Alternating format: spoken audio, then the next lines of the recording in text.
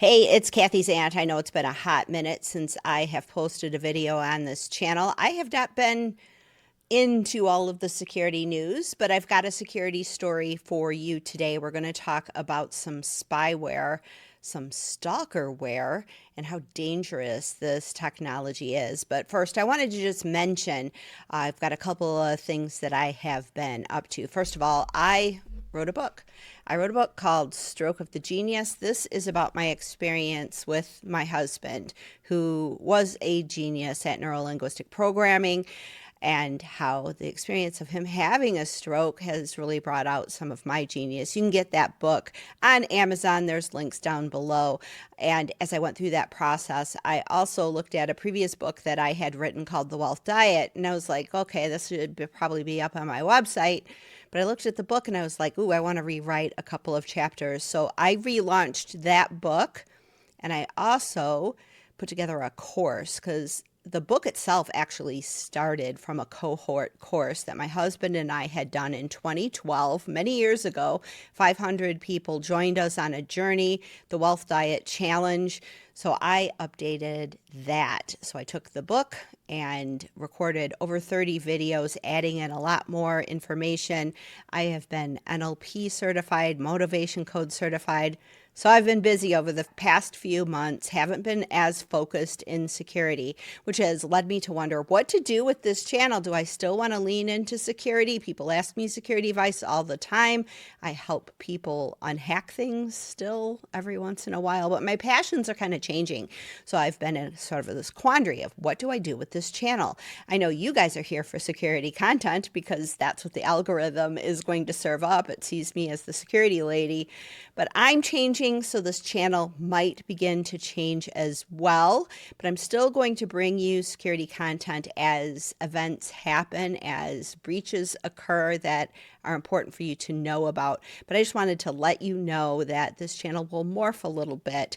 So without any further ado, let's take a look at this article in TechCrunch and see what we can learn about it. TechCrunch published this article on July 2nd about a data breach revealing CatWatchful's stalkerware spying on thousands of phones. There's a lot more problems than just the spying, though. Let's take a look.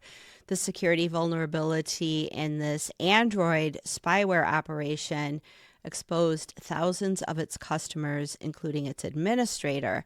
The bug, which was discovered by security researcher Eric Deigel, spilled the spyware app's full database of email addresses and plain text unprotected passwords that CatWatchful customers use to access the data stolen from the phones of victims.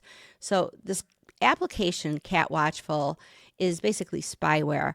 It masquerades as a child monitoring app that claims to be invisible and cannot be detected, all the while is uploading the victim's phone private contents to a dashboard viewable by the person who planted the app.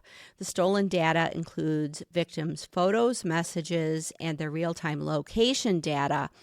The app can also remotely tap into live ambient audio from the phone's microphone and access both front and rear cameras.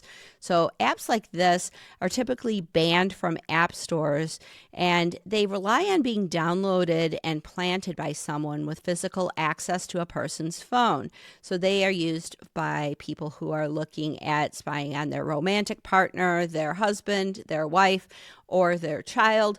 Unfortunately, these non-consensual surveillance applications are illegal. So that's why you don't find them on app stores, but they're available out on the internet. Unfortunately, this is one of the latest examples in a growing list of stalkerware operations that have been hacked, breached, or otherwise exposed the data that they obtain. It's the fifth spyware operation this year that has experienced a breach. This incident shows that consumer-grade spyware continues to proliferate. Unfortunately, they are prone to shoddy coding and many security failings.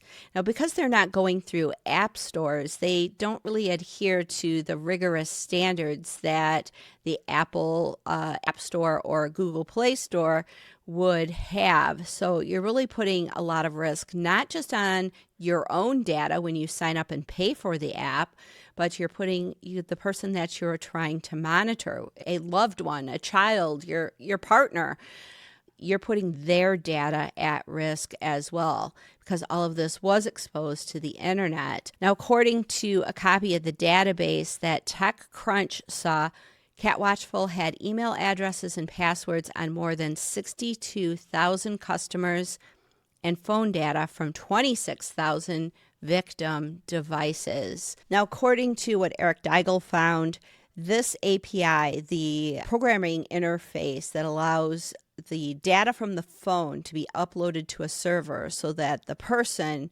who installed the app and paid for the service can access the contents of what was on there. All of the information is stored on these servers. That API was unauthenticated. That means there were no protections on it. Anyone on the internet was able to interact with the CatWatchful user database without needing a login. So the entire CatWatchful database of customer email addresses, passwords, was all exposed, all available, which of course means that all of the information from your kid's phone, your romantic partner's phone that was stored on these servers was also exposed to the internet. Now, if you think that you have CatWatchful or any kind of spyware on your Android device, you can uninstall it. Even though CatWatchful claims it cannot be uninstalled, there are ways to detect and remove these apps from an affected device. Now, TechCrunch has a separate article, also linked below, that walks you through stalkerware applications and how to remove them. Because these stalkerware applications need more access than a typical app on your phone, there's some things that you can watch for. So you need to make sure Google Play Protect is switched on. That is going to help out because that's one of the best safeguards to protect against malicious Android apps. It screens apps downloaded from Google's App Store and outside sources for signs of potentially malicious activity. These protections don't work when Play Protect is switched off. Another thing to look for is, our accessibility services changed? Because these types of applications need more access, they will abuse Android's accessibility mode, which by design requires broader access to the operating system and your data for screen readers and other accessibility features in order to work. So you want to check for things like that. Check any app access notifications, because Android also allows third-party apps to access and read your incoming notifications, like allowing your smart speakers to read alerts out loud or your car to display notifications on the dashboard. Granting access to notifications for a stalkerware app allows for persistent surveillance of notifications, which also includes the contents of messages and other alerts. So that's one of the reasons why you want to look there. And then you want to check and see if device admin apps have been installed. So common features abused by stalkerware are Android's device admin options, which have broad access to Android devices and user data. And then go into your Android settings and look for any installed apps that you don't recognize. It might not be showing up on your home screen, but an app can still show up as something that's possible to uninstall. So apps might show as having broad access to your calendar, call logs, camera, contacts, location data. So you can see all of that there. And then, of course, secure your device. If someone has installed stalkerware on your device, that means they had access to it. So make sure that you have a strong password. Don't share your password with anyone if someone is around you, even if you trust them and believe that they love you. You might want to make sure it's just that your phone is safe. Don't give people access to your phone unless you are 100% sure that you trust them. If you do find stalkerware, it's obviously going to lead to a conversation with the person who had set that up. Relationships are all about trust. And if you feel like you need to install any kind of stalkerware on a loved one's phone, I would look at yourself. Don't use these apps. What we're seeing is that stalkerware has serious problems because they don't have rigorous testing when they are submitted to the Google Play or the Apple App Store. They are not being analyzed, so they are going to have more security holes. There's definitely shoddy coding going on here. You are not just putting your loved one at risk, you're putting yourself at risk to be involved in a data breach, to have very sensitive personal information exposed to the world, as we're seeing with this particular case. Trust your loved ones. Talk to your loved ones. Talk to your kids. Don't use these on your kids. This is just not the way to go. Maybe I'll record another video about how to talk to your kids about their smartphones so that you don't feel like you need to spy on them. So thanks for watching. Like I mentioned, this channel might morph a little bit. We'll talk about some other things as well as security and WordPress and all of that fun stuff. But I'm glad that you're here. Thanks for waiting around for me, all of my subscribers. I appreciate you so much. If you got something out of this, give me a comment, give me a like, and we'll see you next time.